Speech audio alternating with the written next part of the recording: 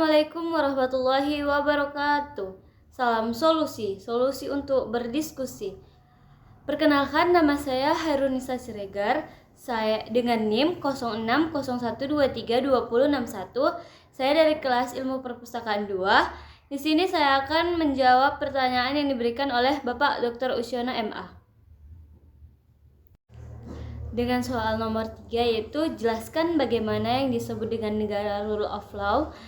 PS, bagaimana kalau negara tidak membuat hukum sebagai panglima.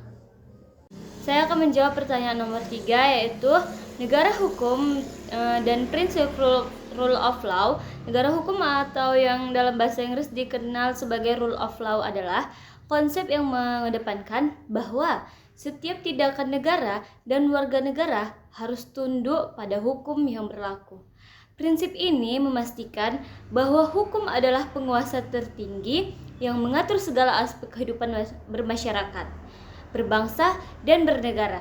Dalam konteks negara hukum, hukum tidak hanya menjadi alat untuk mengatur perilaku, tetapi juga menjadi pelindung hak-hak asasi manusia dan memastikan keadilan bagi semua. Adapun berikut ini beberapa prinsip utama dari rule of law, yaitu yang pertama yaitu supremasi hukum. Supremacy of law, yaitu supremasi hukum berarti bahwa semua tindakan baik dari individu maupun institusi termasuk pemerintah harus tunduk pada hukum. Hukum harus menjadi penguasa tertinggi yang tidak dapat diabaikan atau dilanggar oleh siapapun. Ini mencegah penyalahgunaan kekuasaan dan memastikan bahwa semua tindakan diatur oleh aturan yang jelas dan konsisten. Kemudian yang kedua yaitu kesetaraan di hadapan hukum, yaitu prinsip ini menegaskan bahwa semua individu tanpa memandang status sosial, ekonomi, atau politik memiliki hak dan kewajiban yang sama di hadapan hukum. Tidak ada yang berada di atas hukum dan tidak harus diterapkan secara merata tanpa diskriminasi. Kemudian yang ketiga yaitu keadilan yang tidak memandang status, yaitu hukum harus diterapkan secara adil dan tidak boleh memandang status individu. Setiap orang harus diperlakukan dengan adil dan setara dalam proses hukum. Diskriminasi dalam bentuk apapun bertentangan dengan prinsip ini. Kemudian yang keempat yaitu proses hukum yang adil. Proses hukum yang adil yaitu setiap individu berhak mendapatkan proses hukum yang adil dan transparan. Ini termasuk hak untuk mendapatkan pembelaan, hak untuk diadili oleh pengadilan yang independen dan tidak memihak, serta hak untuk mendapatkan informasi mengenai tuduhan yang dihadapi dan bukti yang digunakan. Konsekuensi negatif ketika hukum tidak menjadi panglima, yaitu pertama, ketidakstabilan dan kekacauan. Tanpa hukum yang jelas dan konsisten, masyarakat bisa mengalami ketidakstabilan sosial dan politik. Tindakan yang tidak diatur oleh hukum bisa menimbulkan kekacauan, di mana tidak ada kepastian hukum yang bisa diandalkan oleh warga negara. Kemudian, yang kedua yaitu penyalahgunaan kekuasaan.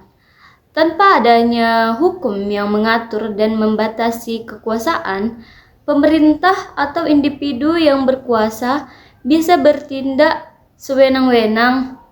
Kemudian penyalahgunaan kekuasaan ini bisa mengakibatkan tindakan represif dan pelanggaran hak asasi manusia. Kemudian yang ketiga yaitu ketidakadilan ketika hukum. Tidak diterapkan secara adil dan merata, hak dan kebebasan individu tidak terlindungi dengan baik. Ini bisa mengakibatkan diskriminasi dan ketidakadilan, di mana sebagian kelompok masyarakat bisa mengalami penindasan atau perlakuan yang tidak adil. Kemudian yang keempat yaitu kurangnya kepercayaan publik. Ketika hukum tidak diterapkan secara konsisten dan adil, masyarakat akan kehilangan kepercayaan pada institusi pemerintahan. Kurangnya kepercayaan ini bisa mengakibatkan hilangnya legitimasi pemerintah dan memperlemah struktur sosial dan politik negara. Menjadikan hukum sebagai panglima negara adalah kunci untuk menciptakan masyarakat yang adil, stabil, dan sejahtera. Dengan rule of law, negara dapat mencegah penyalahgunaan kekuasaan, menjamin keadilan dan kesetaraan, menciptakan ketertiban sosial, mendukung pembangunan ekonomi, dan memperkuat kepercayaan publik. Oleh karena itu, penerapan rule of law harus menjadi prioritas utama bagi setiap negara yang ingin mencapai kemajuan dan kesejahteraan yang berkelanjutan. Agar rule of law berjalan dengan baik, masyarakat harus memiliki beberapa hak fundamental yang memastikan keadilan, kesetaraan, dan partisipasi yang adil dalam proses hukum dan pemerintah. Pertama, setiap individu harus mendapatkan perlindungan hukum terhadap segala bentuk ancaman dan pelanggaran hak asasi manusia, serta diperlakukan sama di depan hukum tanpa diskriminasi. Proses hukum yang adil dan transparan juga harus dijamin, termasuk hak untuk diberitahu tentang tuduhan, membela diri, didampingi oleh pengacara, dan mendapatkan pengadilan yang tidak memihak. Selain itu, penting adanya mekanisme yang efektif untuk mencegah penyalahgunaan kekuasaan oleh pejabat publik, serta hak untuk mengakses lembaga pengawasan. Kebebasan berekspresi dan akses informasi juga merupakan hak fundamental yang mendukung rule of law, memungkinkan masyarakat menyuarakan pendapat mereka tanpa takut akan pembalasan dan mendapatkan informasi yang akurat dari pemerintah. Sekian penjelasan dari saya mengenai keterkaitan PPT yang berjudul Rule of Law dengan soal UAS. Baiklah, salam solusi. Sampai bertemu kembali. Assalamualaikum warahmatullahi wabarakatuh.